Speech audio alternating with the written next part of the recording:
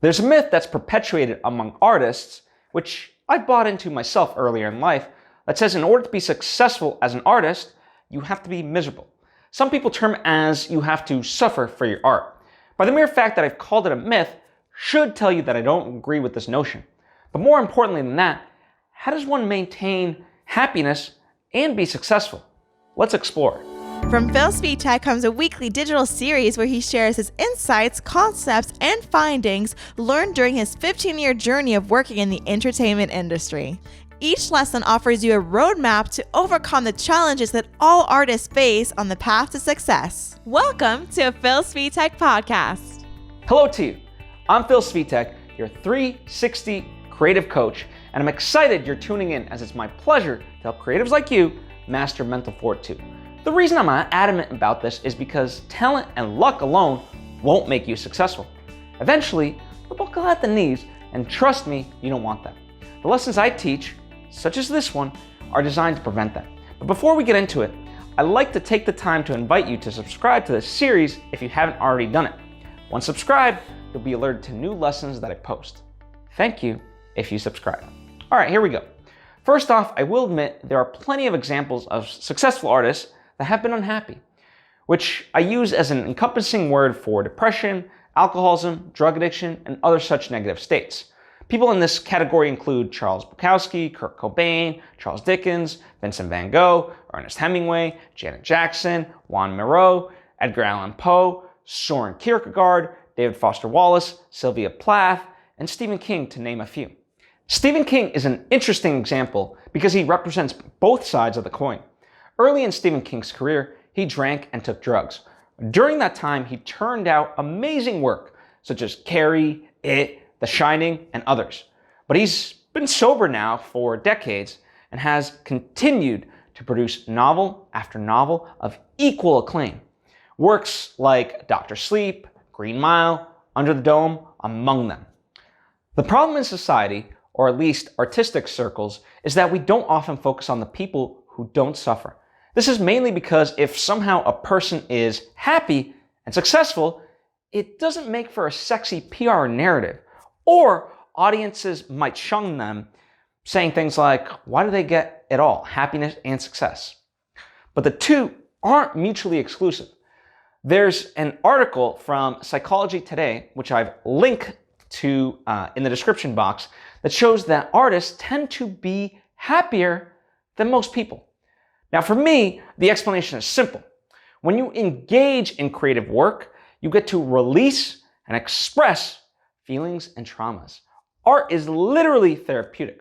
Where I believe this notion breaks down for people is that sure, mindless sketching or journaling is fun and all, but it doesn't allow for real work to be produced.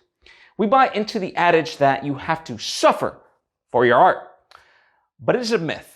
And as a quick side note, the amount of limiting beliefs and myths that we all buy into is just mind-boggling. Generally, I now tend to question everything and only to accept so-called facts and teachings if they are fundamentally encouraging and rooted in positivity. More on this notion in a future episode, though. The idea, though, that you have to suffer for your art is completely false. You have to work, and yes, work hard, but you don't have to suffer. The creative act is one of the purest forms of human expression, which is what makes it therapeutic in the first place, right?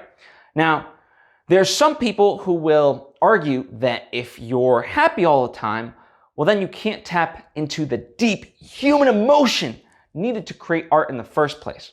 I call bullshit on this. As an artist, you should be good at observing life around you and to be able to tap into that. You should be able to get into the minds of your subjects without having to become that subject. That's the real artistry. Secondly, I'm also not saying you're always going to be happy. You will experience hardships in your life that can then inform your art. But don't go seeking them. In general, you can be happy. I find that most successful creatives have high levels of empathy. They can feel people's pain to a very deep level. This is what leads many of them to depressing thoughts. And for me, it's okay to be empathetic, but remain hopeful. Great art conveys a story or message that has the power to affect people. And I believe that effect is very positive. The amount of times I've heard of people who consume art and say that they found peace because of that art is incredible. To me, that's the key to maintaining happiness.